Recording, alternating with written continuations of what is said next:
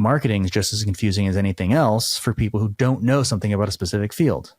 Look at all of the financial ads you see on TV every single day. How many times do you see a Fidelity or a Schwab ad while you're watching sports? It happens all the time. And the best part is, on any given commercial, you have no idea what part of their business they're advertising. It's fantastic. I might see a Fidelity commercial and it might be advertising their 401k platform or their mutual funds or their in-house advice team or $0 trades or who knows, because there's so many different things that a company like that does. And not to mention the fact that half the things they do are directly competing with other things they do. But when you're a consumer, you're watching that and going, oh, Fidelity, the green company. Maybe if I have a money question, I'll just call them. You do realize that that's how most people, the average person, makes their financial decisions or makes their, who am I going to trust in personal finance type decisions?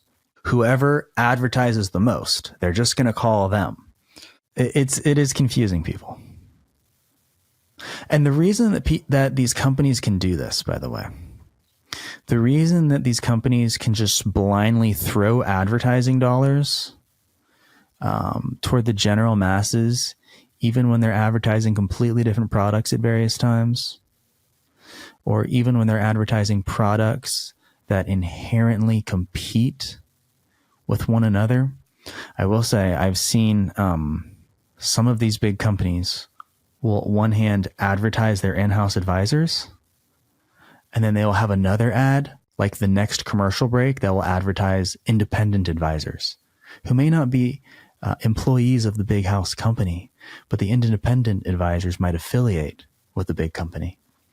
You do realize those are two completely contradictory or competing sides of their business.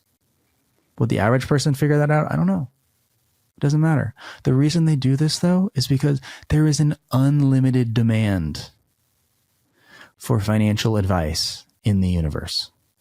There is an unlimited demand for advice. How do I know that?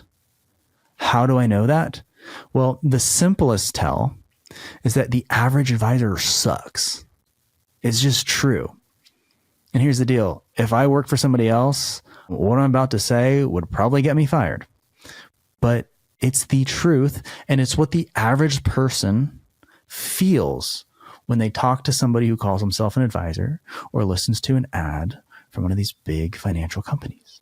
But everybody I've ever talked to doesn't know anything about me, and they all sound like idiots, and they say the same cans of nonsense. The reason that the average advisor sucks is because there is an unlimited amount of demand for financial advice. So much so that people have to go on the internet and ask each other for advice. Okay. And because there's an unlimited demand for advice, the product can be really bad and they can still get away with it. It's like Harvard Business School 101. If there is a big blue ocean of demand for your product, the product can suffer.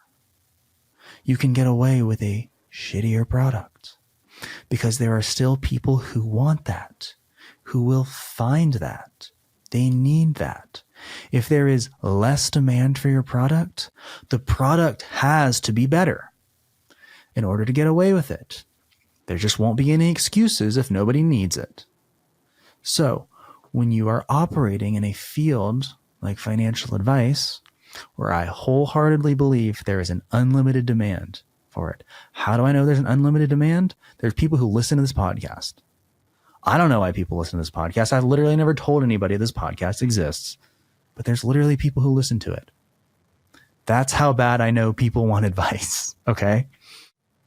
Because of that, the bar to become an advisor is really low. And because of that, the average advisor doesn't have to be that good to get away with giving advice for a fee.